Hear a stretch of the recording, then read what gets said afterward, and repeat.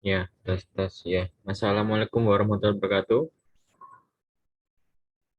Waalaikumsalam warahmatullahi wabarakatuh. Wabarakatuh. Ya, makasih infonya teman-teman.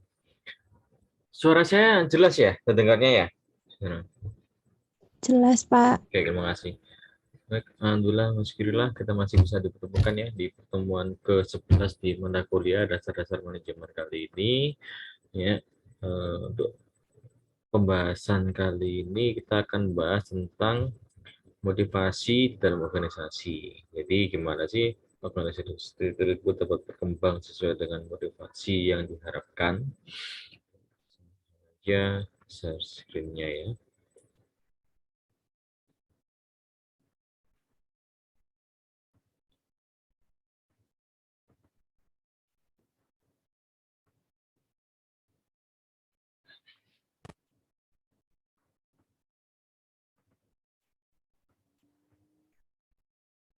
Di layar apakah sudah terlihat materinya?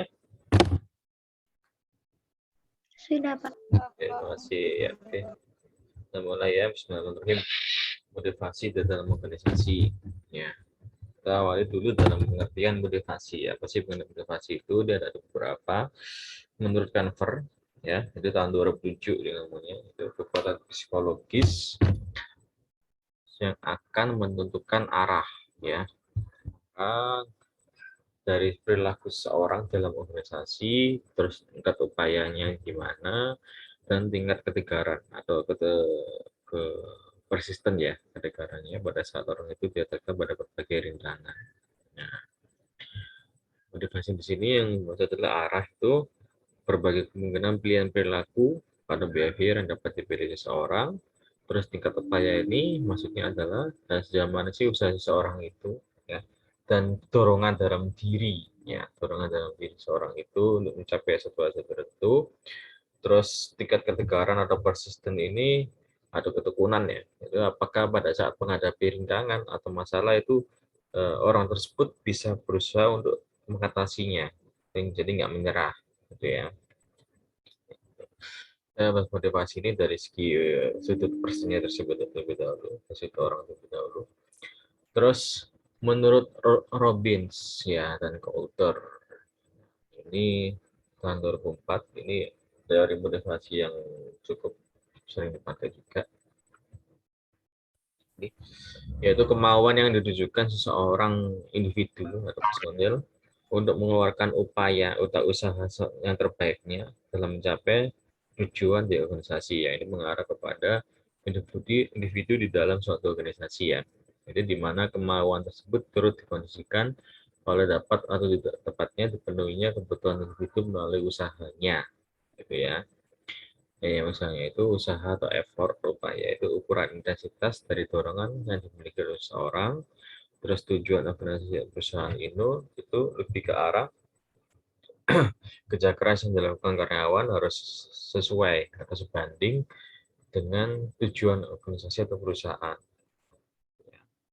Terus kebutuhan atau needs, unsur yang di sini yang dimaksud adalah keadaan seseorang secara internal yang mengakibatkan dia tertarik kepada suatu hasil tertentu. Nah, faktor-faktor apa sih yang menyebabkan motivasi? Ya, perilaku yang dimotivasi secara intrinsik, ya, itu sih maksudnya di sini adalah perilaku yang sumber motivasinya berasal dari kepuasan melakukan pekerjaan itu sendiri. Jadi kalau kita puas melakukan pekerjaan itu kita senangi sesuai dengan minat kita atau passion kita, maka motivasi tersebut akan muncul dengan sendirinya. Terus kalau perilaku yang dimotivasi secara ekstrinsik, ini maksudnya adalah perilaku yang ditujukan seseorang dengan tujuan memperoleh imbalan material, imbalan sosial, atau untuk menghindari hukuman. Maksudnya di sini adalah perilaku ini dari seorang yang dilakukan ini itu tujuannya untuk memperoleh imbalan nih, ya. Baik itu enggak hanya dengan materi ya, materi sosial ataupun menghindari punishment atau hukuman. Jadi seseorang juga dapat termotivasi secara intensif dan ekstrinsi secara bersamaan. Jadi ini dapat berjalan selaras juga. Gitu. Terus Manfaat motivasi untuk menghasilkan kinerja karyawan yang baik itu seperti apa? Yaitu seseorang yang melakukan perilaku tertentu dengan mengharapkan hasil dari perilaku yang dilakukannya. Misalnya, ada outcome atau hasil dari perilaku yang dilakukan. Hasil tersebut yaitu apapun yang diperoleh oleh seseorang dari pekerjaannya, itu ini saya kutip dari Thurston Jones pada tahun 2007. Nah, hasil tersebut dapat memotivasi seseorang secara intrinsik maupun ekstrinsik ya tadi ya. Gitu. Ingat intrinsik itu berdasarkan kepuasan melakukan pekerjaan, berdasarkan passion. Kalau ekstrinsik itu berdasarkan ada imbalan nih yang harus diperoleh, tidak hanya dalam material ya, sosial atau yang lain juga. Oke, lanjut. Jadi sebuah perusahaan memperkerjakan karyawan untuk memperoleh input yang penting. Input ini yang maksud adalah apa sih? Yaitu masukan ya. Jadi segala sesuatu yang dapat diberikan oleh sumber daya manusia, SDM perusahaan, dan dibutuhkan oleh perusahaan untuk mencapai suatu tujuan. Ya, nah, proses memotivasi pada dasarnya adalah bagaimana sih perusahaan mendorong para karyawan agar mau ya memberikan input atau masukan agar tujuan perusahaan itu tercapai. Gitu. Ya, nggak cuman perusahaan menghasilkan output saja, jadi input juga diperlukan untuk ide-ide pengembangan perusahaan. Ya. Jadi perusahaan dapat menggabungkan input yang diberikan dengan hasil yang diharapkan karyawan melalui kinerja yang dibutuhkan. Gitu. Ini ada beberapa teori-teori motivasi, ada banyak, tapi ini yang kita pelajari hanya sebagian aja ya teman-teman ya. Jadi yang pertama ada ekspektansi teori. Ya, dari ekspektansi, jadi seseorang akan memiliki motivasi yang tinggi. Nah, pada saat seseorang meyakini bahwa tingkat upaya yang tinggi tersebut akan mengarah pada pencapaian kerja yang tinggi, ya. Jadi selaras ya. Jadi motivasi tinggi, usaha tinggi, dan pencapaian kerja yang diharapkan dapat tinggi juga. Gitu. Tingkat kinerja yang tinggi akan mengarah kepada pencapaian hasil yang diinginkan. Jadi, John dan George pada tahun 2007. Nah, faktor penentunya apa sih motivasi seorang dari menurut teori ekspektansi ini? Yaitu yang pertama ekspektansi itu sendiri yaitu persepsi yang dimiliki seseorang bahwa upaya yang dilakukan tersebut akan menghasilkan suatu kinerja yang tinggi. Gitu.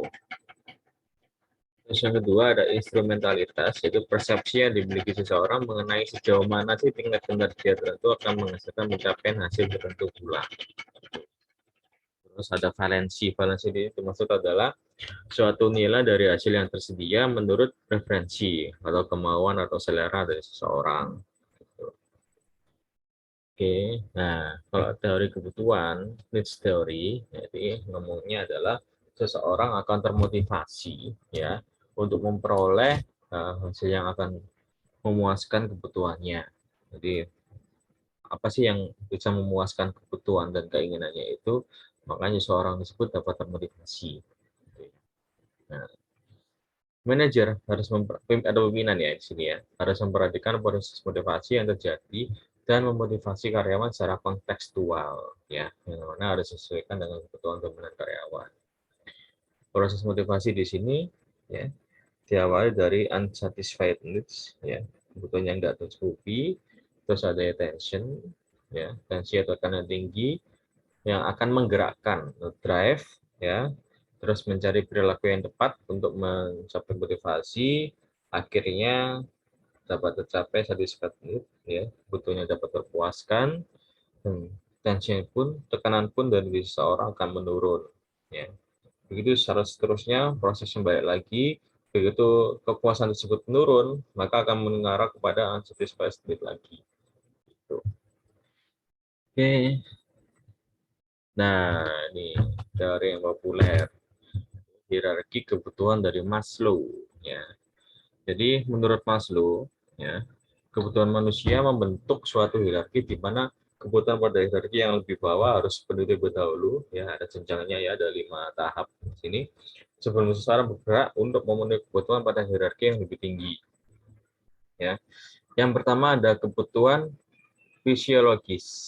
Ya, fisiologis ini adalah merupakan kebutuhan paling mendasar ya dari hierarki Maslow. Jadi kebutuhan ini disebut juga sebagai kebutuhan primer.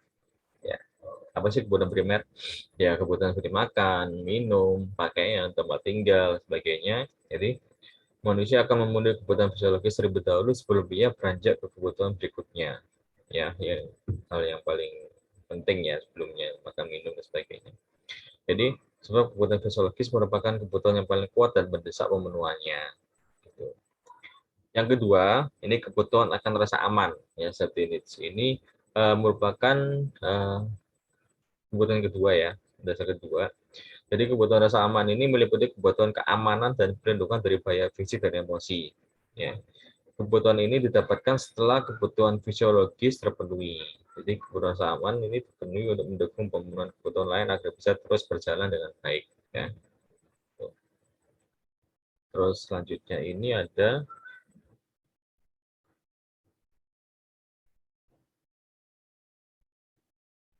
kebutuhan akan sosial. Jadi kebutuhan sosial ini tentang kebutuhan ini ya, berkelompok, gitu ya. Terus kebutuhan akan suatu pertemuan sosial, kesetiakawanan, gitu, sebagainya. Terus kebutuhan esteem, jadi ini mulai muncul untuk rasa percaya diri dari kebutuhannya dan seseorang, gitu ya. Dengan asumsi kebutuhan-kebutuhan yang sebelumnya itu bisa tercapai. Gitu. Terus yang terakhir yaitu akan kebutuhan self actualization, kebutuhan aktualisasi diri. Jadi yang dimaksud di sini adalah suatu kebutuhan tentang mengaktualisasikan diri seseorang itu, ya. Gimana sih caranya dapat diimplementasikan dari keinginan seseorang untuk menggunakan semua kemampuan dirinya untuk mencapai apapun yang mereka mau dan inginkan, ya, dan bisa dilakukan, gitu ya. Ya. Kebutuhan aktualisasi diri ini meliputi kebutuhan untuk pemenuhan seperti keberadaan diri dengan memaksimumkan penggunaan kemampuan dan potensi yang ada dalam dirinya. Oke, kita beranjak ke teori ekuitas atau keadilan. Jadi teori ini adalah persepsi seseorang mengenai adil apa enggaknya hasil yang diperoleh secara relatif dibandingkan dengan input yang diberikan pada pekerjaan. Ya. Jadi hasil relatif itu bermakna perbandingan antara hasil, yaitu input yang diberikan atau masukan yang diberikan dengan hasil input yang diberikan oleh pihak lain. Jadi masukan antara diri sendiri dengan masukan antara pihak lain yang akan dijadikan referensi, gitu ya. Keadilan atau equity di sini yaitu terjadi bila mana persepsi seseorang mengenai rasio hasil input yang dia miliki sama dengan persepsi mengenai rasio hasil input yang dimilikinya atas pekerjaan yang dilakukan oleh pihak lain. Kita mengarah ke teori goal setting, ya, teori penetapan tujuan. Tujuan yang ingin dicapai oleh masing-masing anggota organisasi yang merupakan penentu utama motivasi mereka dalam berbagai tujuan yang mereka tunjukkan. Jadi untuk menstimulan atau menstimulasi atau mendorong motivasi dan kondisi yang tinggi, maka tujuan yang ditetapkan harus bersifat khusus dan sulit untuk dicapai. Ya. Tujuan yang spesifik ini maksudnya adalah tujuan yang jelas, bahkan sebaiknya dinyatakan secara kuantitatif, terukur ya dengan angka dan memudahkan evaluasi. Ya, maksudnya di sini adalah dengan angka harus ada tolak ukur dan persentase ya, pencapaian kegiatan per tujuan per persentase yang dilakukan.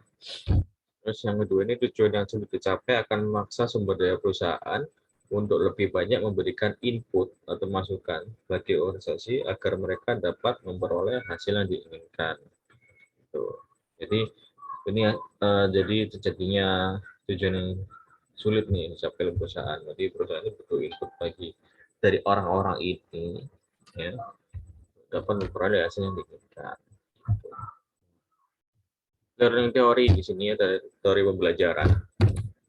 Ini maksudnya adalah pimpinan atau manajer yang dapat meningkatkan motivasi karyawan dan kinerjanya dengan cara menghubungkan ya keterkaitan antara hasil yang akan diterima karyawan dengan kinerja yang dihasilkan melalui behavior atau perilaku yang diinginkan oleh organisasi dan dapat menunjang pencapaian tujuan perusahaan. Ya. Operan conditioning theory itu merupakan salah satu teori yang tergolong dalam teori pembelajaran ini. Ya. Jadi jenisnya itu ada yang paling populer ada operan conditioning theory. Itu jadi maksudnya seseorang akan belajar untuk melakukan perilaku tertentu yang akan membawanya itu memperoleh konsekuensi yang diinginkan, dan seseorang akan menghindari melakukan perilaku yang akan mendatangkan konsekuensi yang nggak diinginkan, ya, yang konsekuensi yang nggak diinginkan dihindari, konsekuensi yang diinginkan malah dijalankan perilakunya. Itu baik, ini sepertinya itu bersih-bersih dari motivasi dalam organisasi, teman-teman. Monggo silakan kalau ada yang ingin ditanyakan.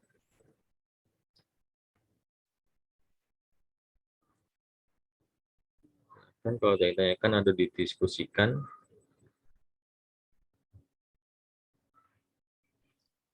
Pak, saya ingin bertanya. Ya, dengan Mbak siapa? Mia Nasrida Putri. Ya, silakan Mbak.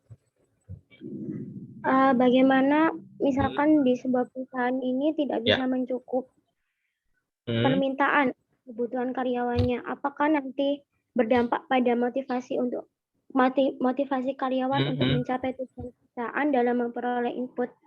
Terima kasih. Ininya ya, dari perusahaan nggak bisa memenuhi kebutuhan SDM-nya gitu Mbak, maksudnya. Iya Pak. Ya gini ya, jadi dalam setiap organisasi kan ada batas tertentu untuk pembunuhan SDM ya. Jadi misalkan di setiap departemen ya kan harus ada beberapa personil ya, ada struktur sendiri. Gitu. Jadi kalau misalkan nggak bisa memenuhi, bahkan kalau memenuhi kuantitas sih mungkin saya rasa semua organisasi sekarang bisa ya, karena banyak orang yang menginginkan juga untuk pekerjaan maupun kehidupan dan sebagainya. Nah, yang dipersoalkan mungkin di sini adalah suatu indikator kualitas yang diharapkan. Jadi kriteria SDM yang dari perusahaan ini mungkin akan terhambat bila mana perusahaan nggak mendapat SDM yang tepat sesuai dengan kriterianya gitu. Jadi gimana caranya? Jadi harus dapat memilah-milah. Jadi ini khususnya dari Departemen HR ya, HRNGE personalia, itu harus memilah-milah satu SDM yang mendekati kriteria yang tepat menurut manajemen perusahaan. Itu pengaruhnya apa terhadap motivasi? Otomatis motivasi jika belum mendapatkan SDM tepat bagi perusahaannya akan bisa menurun karena kurang lengkap komponen dalam suatu personel itu dalam organisasinya. Gitu sih. Itu Mbak Mia, Pak sudah puas jawabannya? Iya Pak, terima kasih. Sama-sama. Ayo yang lainnya, silakan. Pak, Mas saya Farid. izin Oh, mau ya, bertanya. ya. Siapa ya Mbak namanya? Mbak Dianita. Oh, Dianita Effendi. Oke. Oke, ya silakan. Oke. Tadi kan dijelaskan seorang manajer itu harus bisa Memotivasi karyawannya. Ya. Ya, secara kontekstual nih. Ya. Yang dimaksud secara konseptual itu seperti apa, Pak? Terus apa bedanya dengan konseptual? Sebentar. Ini maksudnya beda motivasi kontekstual dan konseptual gitu. Ya, oke. Setahu saya kan ada dua itu Pak, ya. Ya. Sama secara konteks. Ya. Bedanya apa? Ya, bagus. Ya. Jadi gini, kontekstual itu artinya kan kita lihat dari arti kata berhubungan dengan konteksnya. Jadi konteks ini membawa suatu maksud, suatu keadaan atau situasi dan kejadian. Itu yang dikasih. Jadi masuk keadaan, situasi dan kejadian. Jadi secara umum kontekstual ini memiliki artinya berkenaan dengan kaitan suatu maksud atau visi misi dari organisasi secara langsung, ya. Kalau konseptual itu lebih berngarap kepada suatu metode dari pembelajaran organisasi, Mbak. Jadi gimana dapat suatu taktik ya dalam konseptual tadi secara konteksnya aja yang berhubungan pada visi dan sebagainya. Kalau konsep itu berhubungan dengan konsep untuk arah atau gerakan gimana caranya suatu manajer ini dapat menggerakkan anak buahnya ke suatu tujuan perusahaan itu. Itu sih, Dianita. Oke, Pak. Terima kasih. Ya, itu sih bedanya ya. Yang lain, Mas Farid dan Mas Dawam.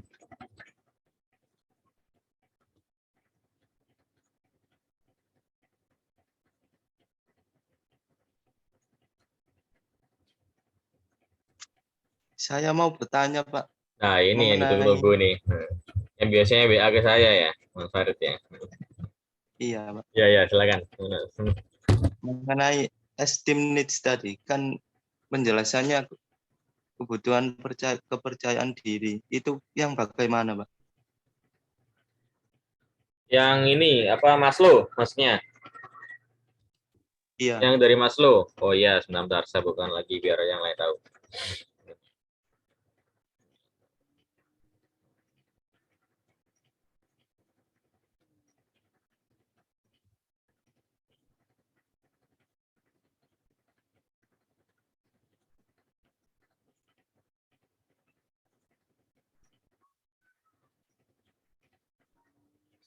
Maslow ini. Nah, esteem needs ini kebutuhan akan suatu kepercayaan diri. Maksudnya adalah seseorang tersebut akan ingin merasa dihargai ya apabila suatu motivasi yang timbul dari luar tersebut dapat cukupi dalam hal kepercayaan dirinya pada seseorang itu, terus rasa pencapaian gitu.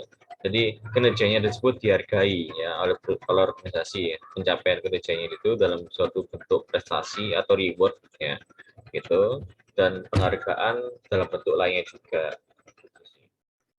Itu Mas Farid. Ya, Pak. Terima kasih.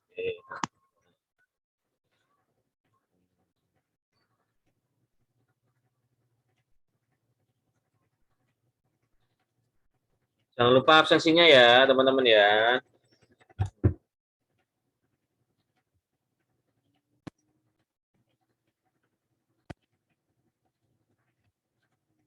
Absensinya di learning. Mungkin minggu depan saya kasih untuk tugas kelompok lagi ya, teman-teman ya.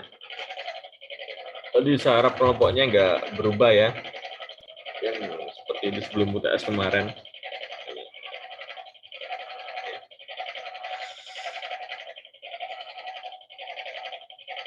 Baik, kalau nggak ada yang ditanyakan, kita lanjutkan di pertemuan minggu depan ya, insya Allah ya. Pertemuan berikutnya di pertemuan ke-12 ya. Pertemuan ke-12 ini akan membahas tentang pengendalian ya. Jadi hari ini motivasi, minggu depan gimana sih cara mengontrol atau mengendalikan organisasi yang telah termotivasi ini tadi. Oke. Baik. Kalau kan ada diskusi lagi, saya akhiri dulu ya teman-teman ya. Kita bisa dipertemukan di pertemuan berikutnya dalam keadaan sehat walafiat. Amin. Amin. Makanya saya akhiri. Wabillahi taufiq wal hidayah. Wassalamualaikum warahmatullahi wabarakatuh. Waalaikumsalam warahmatullahi wabarakatuh. Ya, terima kasih ya. Sama-sama. Terima kasih.